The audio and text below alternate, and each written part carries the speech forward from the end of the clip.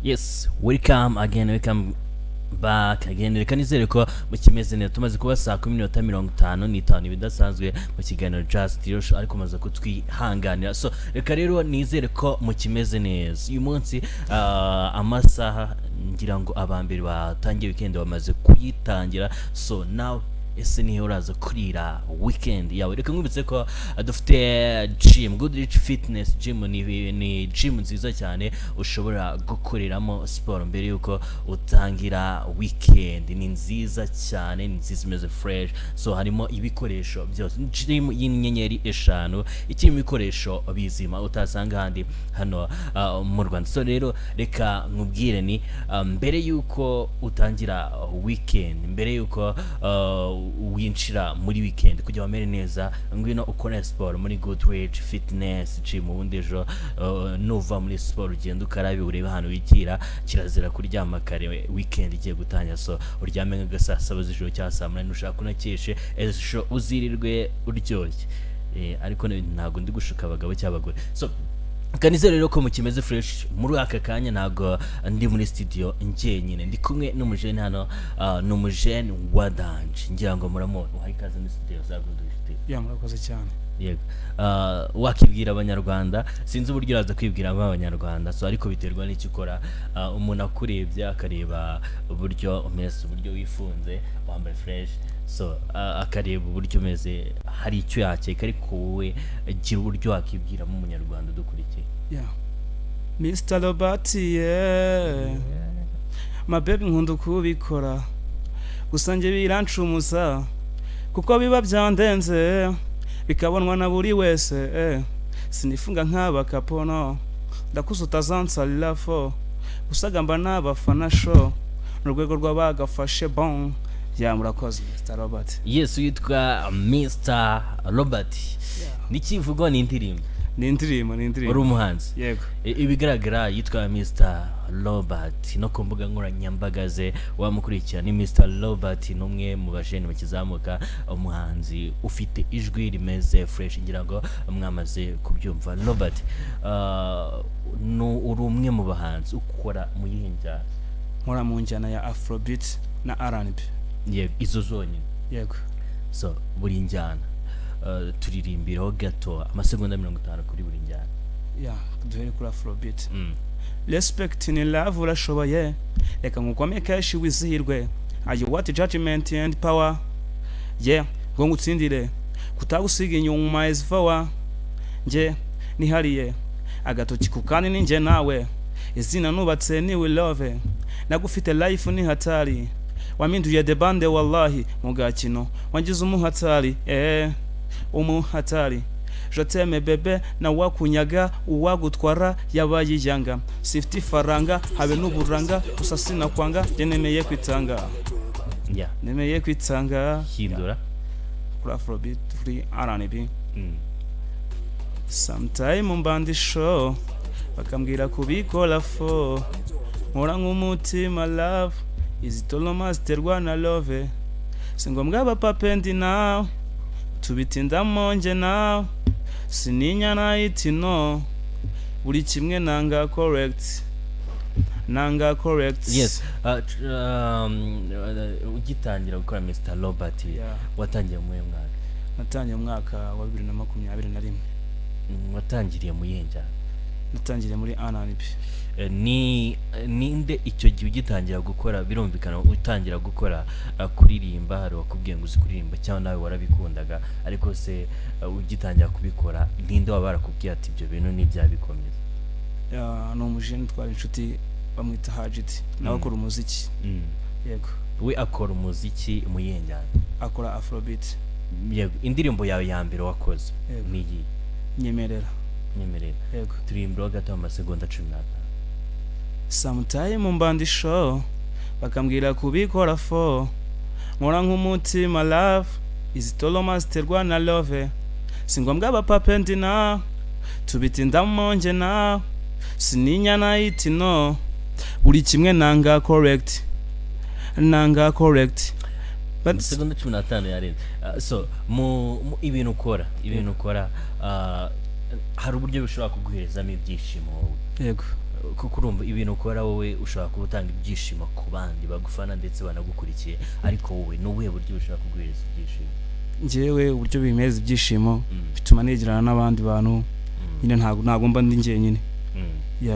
So uyu munsi iyo urebye ku bahanzi abari mu buhanzi akenshi usanga hari ababyeyi batabyumva ati umwana wanjye gutya na gutya kwitwara gutya na gutya bitewe n'uko yinjiye mu buhanzi mu buryo bumwe cyangwa ubundi. Wowe mu rugo cyangwa se ababyeyi bawe nimba bahari babifata gute? Ababyeyi banjye barabikunda, bashobora no kusapota mu buryo bashoboye.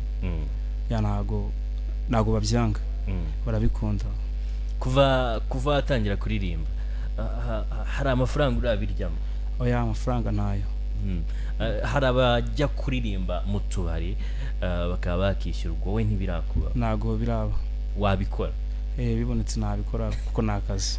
Okay, so urubyiruko rero nanone tukiri ku buhanzi akenshi abantu bavuga ko kujya mubona imyuka mugiye muri studio cyangwa se mugiye muri studio mugiye gukora indirimbo mubanza gucoma muri kubyumva.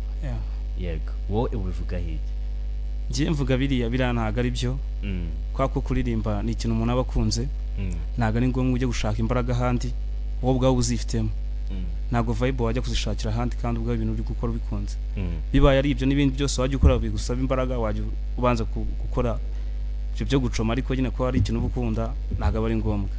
Yego. Indirimbo yawe wakoze umaze ubundi imbere umaze kwandika indirimbo zingahe? Maze kwandika indirimbo 8. Indirimbo 8. Yego. Ni zingahe umaze gushyira hanze mu mashusho? Mu mashusho maze gushyira indirimbo hanze 2, indi nashyize ari audio, izindi ntago zirasohoka. So mu ndirimbo wanditse ni iyihe wakunze kurenza izindi? Indirimbo nakunze kurenza izindi ni yitwa Independence. Yego. Iri mu mashusho, iri muri audio, imeze gute iri hanze? Ifite amashusho, ifite na audio, iri hanze kuri YouTube yanjye. YouTube yawe yitwa gute? Mr Robert TV. Kurikira Mr Robert washe kubona iyi ndirimbo Independent, ndakeka no muri studio za Goodrich tuyifite, so turaza kwibashyiraho mu kaso. Mr Robert, turirimbe ku iyo ndirimbo Independent.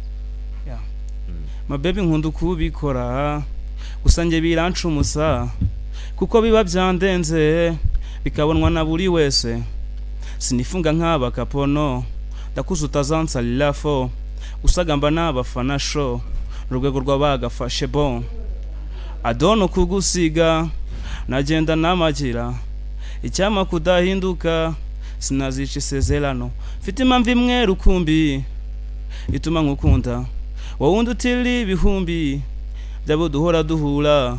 Oh oh oh oh oh oh nyene Independence mabe rubunduma confidence every day zagusinyira sheki mabe mutuzaho wifuje kuva kera.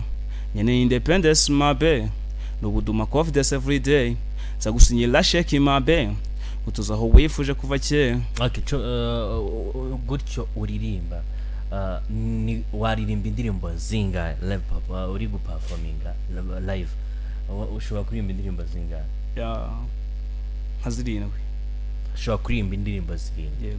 So mu ndirimbo 8 ugiye gufata indirimbo zawe 4 zitandukanye, wazibona nona? Yego. Ukoresha umunota umwe, zose uzivange, uzikoreshe zose, uragifata gacu gahuze n'akandi, indirimbo 4 zose uzivange.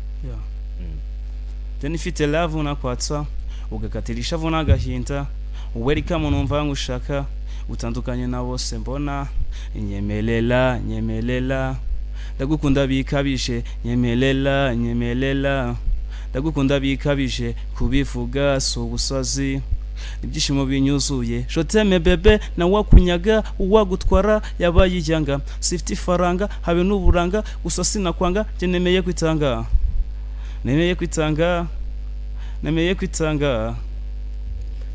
indirimbo 4 zawe. Okay, uririmbye ihe ni harimo Independence, harimo joteme, harimo nakwatsa, hakabamo na dusoze buriya yego Nasoje. uba wumva ukeneye kugerayo mu buhanzi bwawe hano uruhe rwego ushaka kugera ya nk'undi muntu wese igihe cyo nifuza ku giti cyanjye nshaka kuba umuhanzi uri international apana mu gihugu ku buryo najya nsohoka no hanze nkatanga ibyishimo hanze y'igihugu yewe no hanze y'umugabane byaba ari byiza cyane. ninde muhanzi wipreferaho mu Rwanda cyangwa muri Afrika muri rusange or quiz ninde muhanzi wipreferaho ku isi yose? Johnson Derulo. yego kubera iki Johnson Derulo ndamukunda kuririmba you like kuririmba azi gukora ibintu bye neza bisi binakora ubona bifite umurongo. So nyuma yuko iyo ushyize igihangano hanze hari imbaraga biba byagutwaye ese ni gute izo mbaraga biba byagutwaye uba wumva niki kigupushinga kugira ngo n'ejo wongere ukora ibindi nyuma yo kumaze ya iyo ukoze ikintu byanga bikunze hari abantu kigeraho nibo ba mbere na mbere bakongerera imbaraga baguti nubwo bitafite abantu biragira ariko bifite ubumenyi ni Independence by Mr Robert. Ino ndirimbo ujya kuyikora wayikoze ryari? Nayikoze njya gukora audio nayikoze 2025. yego 2025 nibwo wakoze audio video yajya hanze ryari? Nabyo byarakurikiranye ko byose nabishyira hanze kimwe maze amezi menshi. Ninde washimira wagize uruhare mu gukora iyi ndirimbo kujya igihanze bimeze kuri ubu uri kuyikoresha ninde washimira wabigufashijemo cyane? ya umuntu wabimfashijemo cyane ku buryo bukomeye ni Serge kuko yamuje na producer mwiza yewe amuzana director mwiza uruhare runini nyine ndamushimira bikomeye. ya yego yumve ko umushimira. So uyu munsi ni ryari uteganya kubashyira ikindi gihangano cyawe hanze? mfite audio nakoze kibura no gukora video niyo bari gutunganya mu mpera z'uku kwa kabiri rajya hanze. yego utekereza cyangwa se wifuza ko iyo ndirimbo ugiye gushyira hanze wifuza ko yagera he? ya bitewe n'imbaraga nayishyizemo icyifuzo cyanjye nuko yasiga nanjye ndi umuhanzi uzwi bikava muri zone itandukaniye n'izo uko wakoze zose uko iyo umuntu ari gukora agenda improvinga icyo wakoze ejo ugomba kugira kandi urenzaho bitewe nuko hari ahantu ushobora kubona ikosa cyangwa se ukabona ko hari undi rwego ushaka kugira bitandukaniyewe n'izo wari usanzwe ufite wakoze. ya ahantu bitandukaniye ni nka another generation kuko ni yindi njyana nabonye nkadafite gukora injyana imwe ni trapish kandi ayikoze ari collab. urumva itandukanye n'izo nakoze ndi single ariko yo ni collab kandi ni mu yindi njyana. yego okay mu gihe gito dusigaye kitakiri bugere no mu minota 2 n'ubuye butumwa hereza umunyarwanda ugukurikiye? ya umunyarwanda nkurikiye ikintu namuhereza nuko ibyo nakoze ntago birangiye ahubwo nibwo nsa nkuri gutangira ndongeramo imbaraga nyinshi cyane ntago mfite kuzatuma bakonja nshaka gukora ibintu byinshi cyane banshyigikire bakunda ibintu nkora ya nabafite ubufasha nyine bamfasha ko umuntu abakeneye ubufasha igihe cyose ngo meze mbahe ibyishimo. yego wowe kuri wowe nihe nama agira urubyiruko rwifuza gukora cyane mu bijyanye na music rukifuza kuzamuka rukajya hano rwava rukagira naho rujya nihe nama abahereza? ya nama nabahereza ndabizi anyway abantu benshi baba babikunda banatekereza kubikora ariko nyine ibintu tuve mu kubitekereza tubigerageze twere gutsindwa no kugerageza ahubwo dutsindwe twagerageje.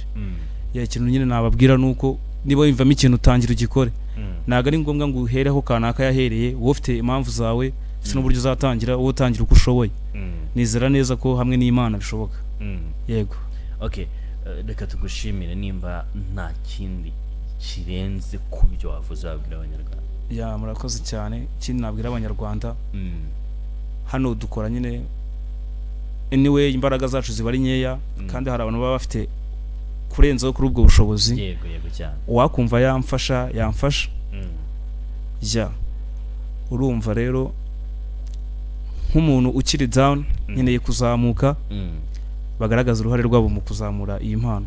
yego so abanyarwanda so ariko nanjye ngira ikintu mvuga ku banyarwanda ariko abanyarwanda twimakaza umuco w'urukundo gukunda abantu bakigerageza kuzamuka kuko uyu munsi umuntu ukigerageza kuzamuka niwe uri mu rugamba rukomeye kurenza abandi bafite abagiso gufasha umuntu so kumufasha kuko umuzi gusa so kumufasha kuko hari aho mwahuriye so gifasha umuntu utitaye kuri ibyo ngibyo ngo umve ngo twahuriye hano ngo tuzongera duhurire hano bizagenda bityo hatari ibyo umuprofessor kuko bavuga ko imigisha duhura nayo buri gihe ndetse imigisha duhura nayo y'ibyo twakoze icyitwa karma ibyo wakoze nibyo bigenda bikugaruka pana ku nyungu z'uwo munsi cyangwa se uyu muntu twahuriye hano hari aho ushobora kubyishyuriza so abanyarwanda so reka tugiye kuri Mr Robert tumenya subscribe so tumusure n'ibikorwa byazajya ashyiraho tujye tubireba nibyo bizamuha motivation akagira hava akagira nahagera si ibyo ngibyo murakoze cyane reka twizere ko abanyarwanda bamaze kugera kuri Mr Robert byaba byiza Robert avuye hano avuga ati nabonye abangaba abankunze kubera gutya ndetse batumye nkora so ku mutima w'urukundo rero wabikora ku mutima wo gushaka ko umuntu ashobora kugira hava nahagera wabikora so ubundi Robert tukazongera kumutumira hano avuga ati so ndashimira abakoze gutya na gutya batumye mbigenza gutya na gutya Robert gira abantu nka babiri cyangwa batatu susu nabashimire bitewe n'uburyo mubanye bitewe n'uburyo ubafata kuri bo mbere na mbere ndashimira ababyeyi banjye baba bamaye uyu mwanya kuko ndacyari umwana urerwa ibintu byose ngomba gukora bagomba kubingiramo inama ndabashimira n'abasuhuza cyane abashuti banjye dukorana harimo bita Mwemeza Sib nawe aba yagizemo uruhare runini cyane n'abaturanyi ndabashimira cyane yego so iki ni ikiganiro Just Leo Show kiba kuwa mbere ndetse no kuwa gatanu guhera saa 8 kugera saa 10 z'umugoroba turi kumwe n'abatumirwa b'abasitari bagiye batandukanye tuba turi kumwe n'abandi mu buryo bwari bwose ushobora kugira inama ndetse n'amakuru by'umweko myidagaduro abagezweho muri icyo gihe ku isi hose muri rusange tugeraho tukajagajaga byose tukabibagezaho kandi kujya jyubana natwe mu kiganiro Just Leo Show ni hano kuri Goodrich TV cy'uyu munsi kuwa gatanu hano turagishoje tugiye kujya muri weekend ariko ndakwibutsa ko witwa Papa Sava ari kwizihiza uyu munsi nibwo agiye kwizihiza imyaka 30 nibwo agiye kwizihiza imyaka 30 amaze muri filime nyarwanda yujuje imyaka 30 muri filime nyarwanda n'ibirori rero bigiye kubera hano hafi Sonatube nago ndi kwibuka location yaho neza ariko wajya ku mbuga zose za Papa Sava ushobora kubisanga n'ibirori bigiye kubera tike nimba utarayigura wacikanywe ku muryango zaziri kugurishwa ni 10,000 n'ibihumbi 20 so tujye gushyigikira Papa Sava twijya mu tubari cyangwa mu tubyiniro n'ahandi reka tujye gushyigikira bafite ibikorwa bagezeho bro nabo tubashyigikiye kugira bakomeze baduhereze ibintu byiza kandi dukunze ubwo muhaye map ya weekend gusa niwagirwe Goodrich Fitness Gym nayo ihabaye kugira ngo bigende neza hano haba ku mubiri wawe ndetse no mu bwonko kumva wistressuye so rero reka nshimire umunyarwanda wese ukomeza kugira uruhare kujya ikiganiro Just Leo Show kigende neza mwibutsa ko ushobora kugikurikira kuri channel yitwa Goodrich Just Leo Show cyangwa se kuzindi mbuga nkoranyambaga zacu Instagram ndetse na TikTok kongera na X so aho ngaho hose ushobora kudusanga mu kiganiro cyacu Just Leo Show reka nizego tuzongera guhura Monday twese tumeze fresh twamaze kuruka tumeze fresh twinjoyinga gutangira ikindi cyumweru tutifuza ko cyazazamo amakosa nkayo twakoze ubu ngubu icyumweru twifuzamo kuzunguka nkuko twungutse ubu ngubu nuko nyine bimeze so reka rero nshimire buri umwe wese twabanye kuva iki kiganiro gitangira kugeza none akigeze ku musozo ndashimira abahise hano bose kugira ngo amfashire muri iki kiganiro twaganiriye twagize ibiganiro byiza reka mbashimire nabo nshimira na Mr Robert twabanye mu kiganiro dusoza rero hari umuntu w'umwihariko ngomba gushimira cyane umuntu wo bita Iradukunda Diodone ndamushimira cyane bikomeye by'umwihariko Iradukunda Diodone muranamuzi muramumenyere hano kuri Goodrich TV n'umwe mu banyamakuru bacu nawe wakoze cyane murakoze cyane nawe reka rero mbwira abanyarwanda bose bari babwire ko Goodrich TV ibiganiro byabyo bikomeje naho